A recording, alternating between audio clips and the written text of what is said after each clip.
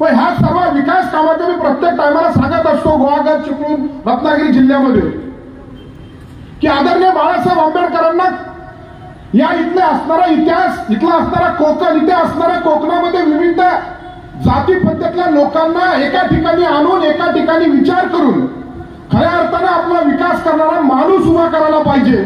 तो आम्ही करू शकला का?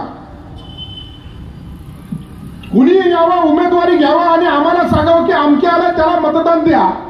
आमची इथली असणारी परिस्थिती, इथे असणारे आमच्या बेरोजगाराचे प्रश्न, इथे असणारा आमच्या शेतकऱ्यांचा प्रश्न, इथे असणारा काजू, आंबा, या साऱ्या परिस्थिती कोलमडून पडल्यात आहेत. इथले असणारे विकास कामं, इथे असणारे रस्ते, पाणी, आजही आमच्या महिला कोसो दूर उन्हाळ्याच्या टायमाला पाणी भरलं जातं.